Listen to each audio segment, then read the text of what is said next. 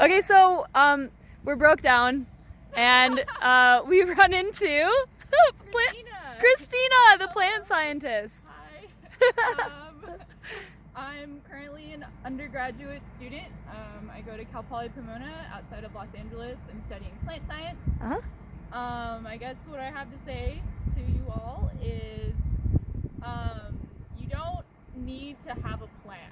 Like you don't need to graduate high school and like know what you're doing, know where you're going. Honestly, take a gap year. Take a gap year, work for AmeriCorps or someone.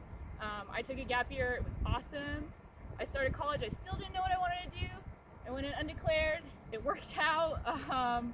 I went into geology and then I jumped to plant science. I took another gap year. So I just finished an internship with Acadia National Park. I built trails. That was a really awesome experience. I've met a lot of really cool people within the MPS that want to employ me.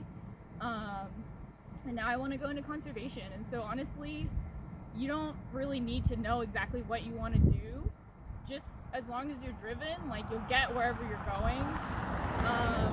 And you'll always pick up like some new hobby, or you'll like meet really awesome people. Just be open to change and like be open to like meeting new people and going to like new places, even though it's scary. Like I was 18, I moved out. I went from California to Boston and I got an apartment, and you know, I don't know. Change is good. Change is scary, but it's really healthy, and like just be kind to others and they'll be kind back.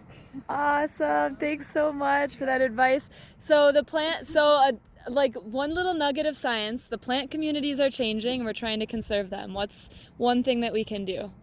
One thing you can do, honestly, just know more about them, I guess. There's this really cool podcast called In Defense of Plants. Yeah. And if you listen to it, you learn a lot more of like a science background behind just like how do plants work, and they're like the way they scientifically function. But just learn more about plants, and also try not to step on them.